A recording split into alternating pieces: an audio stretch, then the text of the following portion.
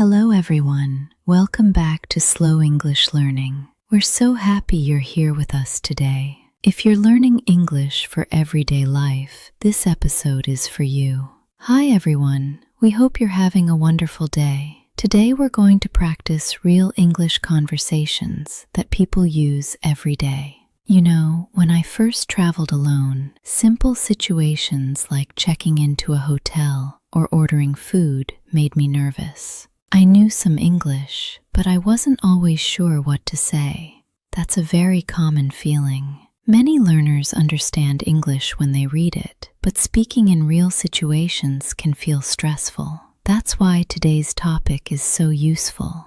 We're going to explore 10 common situations, including hotel check-in, hotel check-out, visiting a doctor, ordering food, buying coffee, taking a taxi, job interviews, and more. By learning these conversations, you'll be able to ask questions, give information, solve small problems, and communicate with more confidence.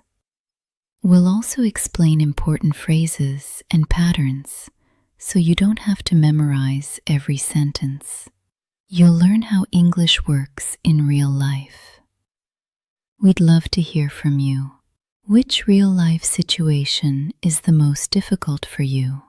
Please write your answer in the comments. And if you're enjoying Slow English Learning, don't forget to like this episode, share it with a friend, and subscribe to the channel for more English practice. Great! Let's jump into our first lesson and start building practical English skills together. Section 1. Basic concept. Let's begin with a very important idea. Real-life conversations usually follow a simple structure. Most conversations have 3 parts: greeting, request, and response. That's right. For example, at a hotel, you might say, "Good afternoon." Then your request is, "I'd like to check in, please." After that, the hotel staff responds. The basic formula is simple: greeting plus request plus information. Here are some examples. "Good morning, I'd like a coffee, please." "Hello, could you take me to the airport?" "Good afternoon, I'd like to check out, please."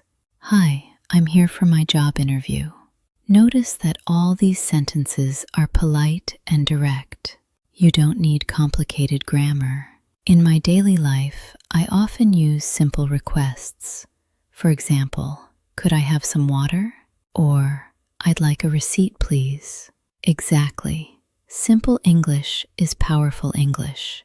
Let me ask you something. If you're at a café and want a latte, what could you say? You could say, "I'd like a latte, please." Perfect. What if you're at a hotel? You could say, "I'd like to check in, please."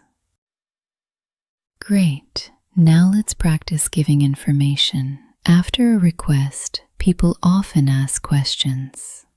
At a hotel, they may ask, "May I have your name?"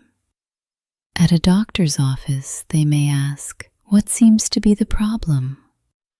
In a taxi, they may ask, "Where would you like to go?" Your answer can be short and clear. You don't need long explanations. For example, "My name is Daniel Carter. I have a headache. I'd like to go to Terminal 4. Let's also talk about negative forms. Sometimes the answer is no. "I don't have a reservation." "I don't feel well." "I can't pay with cash." These negative forms are very common in real conversations. Now a quick challenge for our listeners. Can you introduce yourself in 1 sentence? 2. Can you say your name and where you're from in English? Can you tell us what drink you usually order at a café? Write 1 example in the comments and practice speaking it out loud. Remember, focus on communication, not perfection. To summarize, most everyday conversations use simple greetings, requests, and information. Master these basics, and you'll feel much more confident. Section 2. Related use. Now, let's build on that foundation. Once you can make requests, the next step is asking and answering questions. Questions help conversations continue naturally. They're useful in every situation. Imagine you're checking into a hotel. Is breakfast included? What time is checkout? Is there free Wi-Fi? Those are excellent examples. At a restaurant, you might ask, "What's popular today?" Or, "Do you have vegetarian options?" Let's demonstrate a short conversation. "Good afternoon. I'd like a coffee, please." "Of course. What size would you like?" "Medium, please." "Would you like it hot or iced?" "Hot, please." Very natural and easy. Here's another example from a doctor's visit. "I've had a sore throat for 2 days.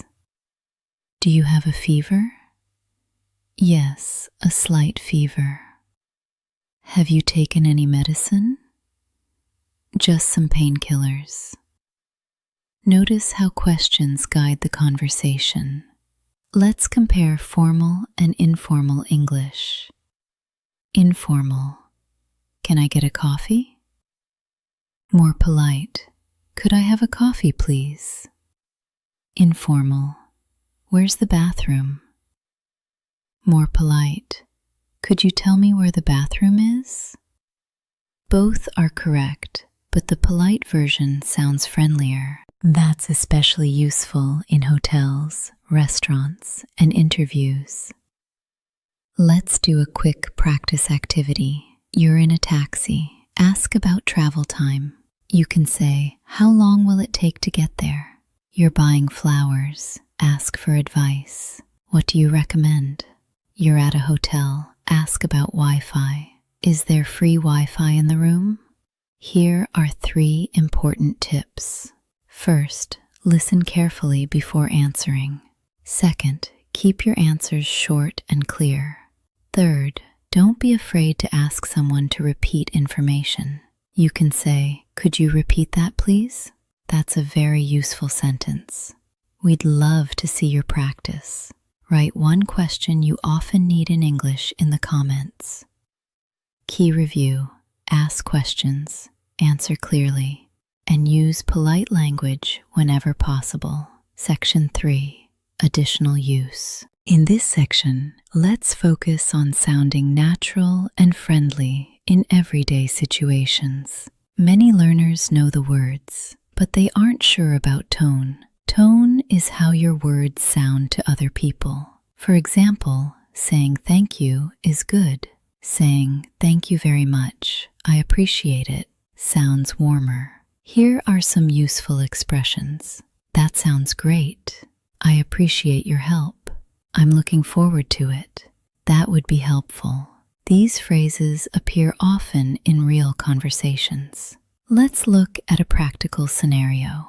At a flower shop, the employee says, "Would you like a card?" You reply, "Yes, please. I'd like to write a message."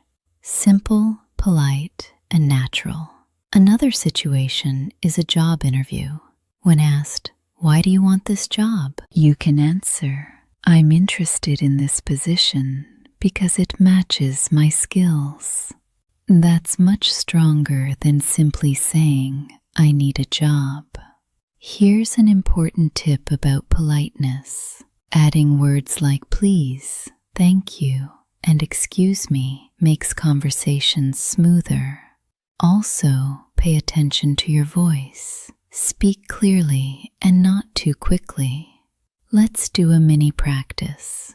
A waiter asks, "Would you like anything else?" You can answer, "No, thank you. That's all." A hotel employee asks, "Did you enjoy your stay?" "Yes, I did, thank you." A taxi driver asks, "Which route would you like?" "Please take the fastest route." Excellent. Another useful skill is handling small problems. "I think there's a mistake on my bill. I can't connect to the Wi-Fi.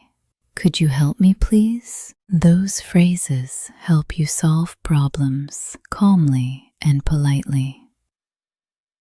We'd love to hear from you again. Which situation do you want to practice most? Hotel, restaurant, doctor, taxi, or interview? Leave a comment. And don't forget to speak these examples out loud. Speaking practice is the fastest way to build confidence. To review, use polite expressions, pay attention to tone, and practice common situations regularly. Common mistakes section. Let's talk about mistakes. We all make them. I still make mistakes when learning new languages. Absolutely. Mistakes are part of learning. Let's look at some common ones. Mistake number 1, forgetting polite words. Incorrect. Give me coffee. Correct. I'd like a coffee, please. The first sentence sounds too direct.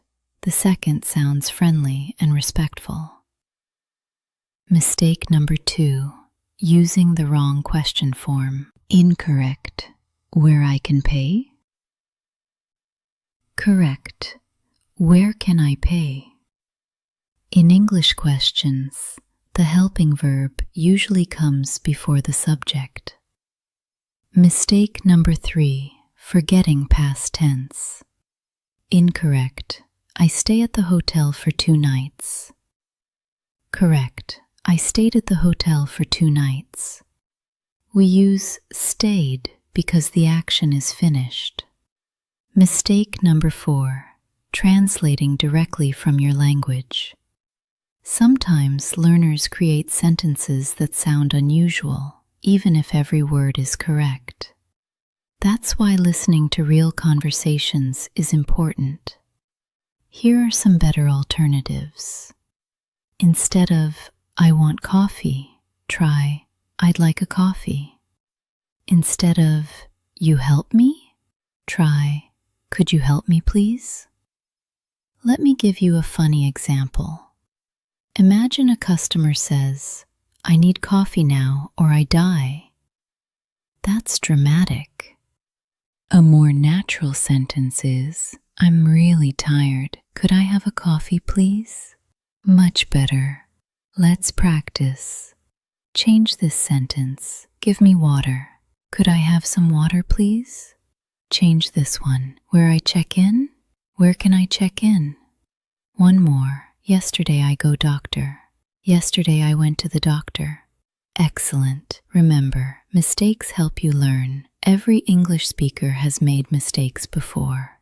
Keep practicing, keep speaking, and don't be afraid of small errors. Progress matters more than perfection.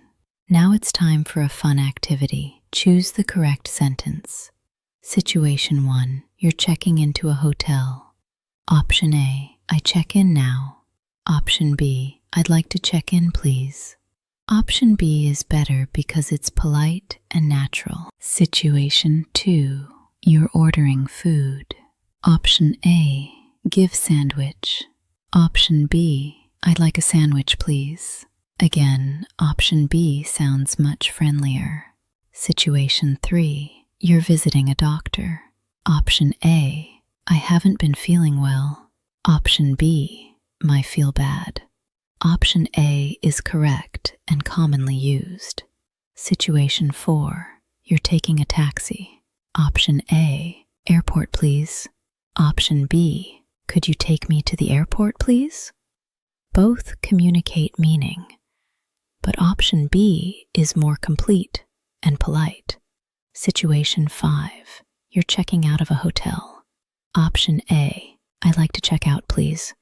Option B, I go now. Option A is definitely the better choice. Try saying all the correct answers out loud. You can also change the formality level. For example, can I have a coffee? Is casual. Could I have a coffee, please? Is more polite. Here's your challenge. Create your own sentence for a hotel, restaurant, or taxi situation and write it in the comments.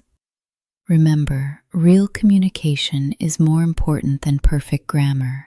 Speak, practice, and improve step by step. Wow, we covered a lot today. We practiced real-life English for situations that many people experience every day. We focused on 3 main ideas. First, making requests. Second, asking and answering questions. Third, sounding polite and natural. We also learned useful expressions for hotels, restaurants, cafes, taxis, doctor visits, flower shops, and job interviews. Most importantly, you learned that everyday English doesn't need to be complicated. If you can use simple, clear, and polite sentences, you'll be able to communicate successfully in many situations. Here's a question for you before we finish. Which conversation do you want to practice again this week? Let us know in the comments, and if this lesson helped you, please like, share, comment, and subscribe to Slow English Learning. Keep practicing a little every day. Small steps lead to big progress. We believe in you. Every conversation you have in English helps you become more confident. Thank you so much for spending time with us today. Keep learning, keep speaking, and keep growing. See you next time.